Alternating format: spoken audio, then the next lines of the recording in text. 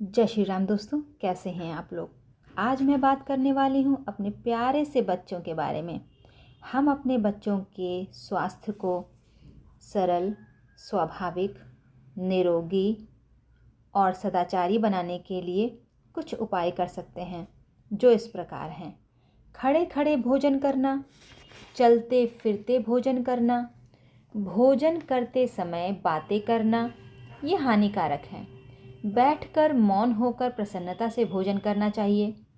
भोजन पवित्रता और शुद्धता से बनाया जाए। शुद्ध और पवित्र होकर शुद्ध स्थान पर किया जाए। भोजन एकांत में करना चाहिए। उस पर चाहे जिसकी दृष्टि पड़ना हानि करता है।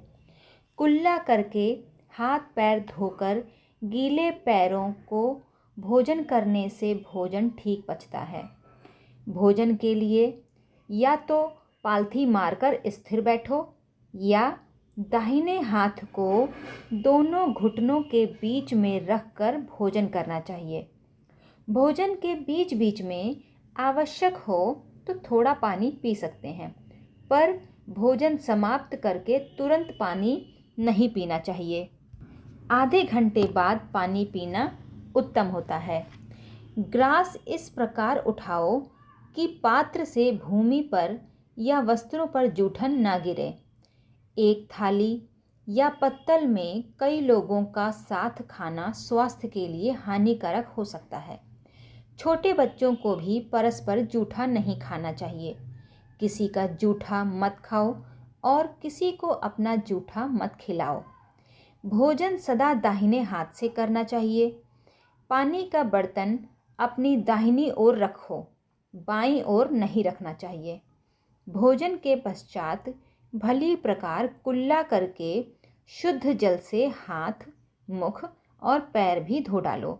जिस जल को पिया है उसी जल से हाथ नहीं धोने चाहिए। एक बार का जूठा भोजन दोबारा काम का नहीं रहता। जूठा बच ही जाए तो उसे पशुओं को दे देना चाहिए। भोजन के पश्चात हाथ धोकर गीले हाथ दोनों नेत्रों पर फेर लेने से नेत्रों की ज्योति बढ़ती है।